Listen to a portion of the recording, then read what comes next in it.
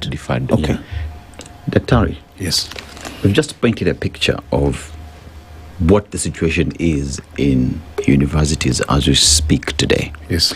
And any forward-thinking government then would go back to the drawing board and see how best to address the situation. Because whilst Soy is talking about, let's look at the 40,000 that they were receiving at the time, it still wasn't enough. Economy has changed. Everything has gone up, yet we're still giving 40,000, and we're even increasing on some of the funding that goes into the same. Not funding in terms of expenses, still have gone up.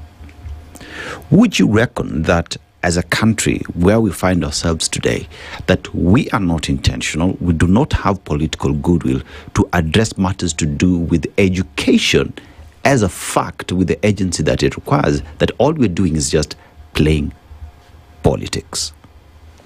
Well said. I think unless now we enact or we elect another government that is sensible enough, we are headed to a big dish in academics, and we may not be able to compete in the academic field simply because our students will not have gone through their education, more to say the university education, although we attest that we are going and we are developing our country towards other developed countries, and we compare ourselves with Singapore, which is actually synonymous, is not even compatible with our country.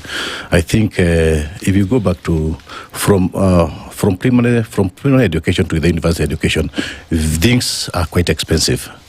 We have a lot of fees that are being charged that are illegal from our primary schools to a higher schools, and you find that even many people many students do not even access education because they don't even be able to have paid or cleared their fee in high schools, and it starts from there. And again, when we talk about policy, we lack the goodwill of our politicians to enact a good policy that can make education accessible to everybody. They always Yes, Daktari, when we talk about education and implementation of policies that do come up, the Constitution itself requires public participation. Why do I bring that up? Because by the time a government comes out with a policy or change of that policy, then students, parents, and even lecturers, teachers ought to be included in this entire conversation for us to have a linear picture on the situation in the schools.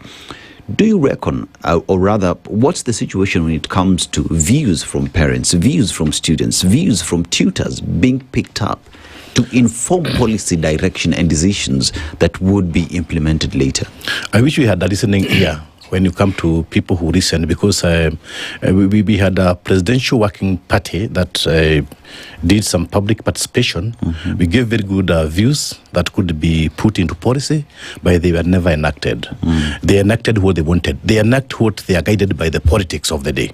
So I think it's until when public participation shall be taken serious. Because we seriously say that it would have been important for everybody to be accorded the same opportunity to learn.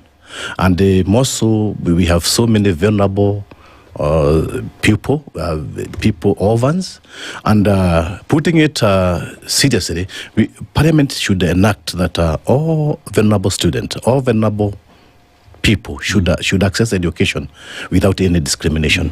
But you find that we are discriminated upon. We discriminate upon our poor. And again, this is what goes plus is only to the rich people, because the rich will always be able to access education. And I think this is a policy that was a long time ago, that is so ancient, that is outdated, that it is easy to rule a poor person, and you can only be poor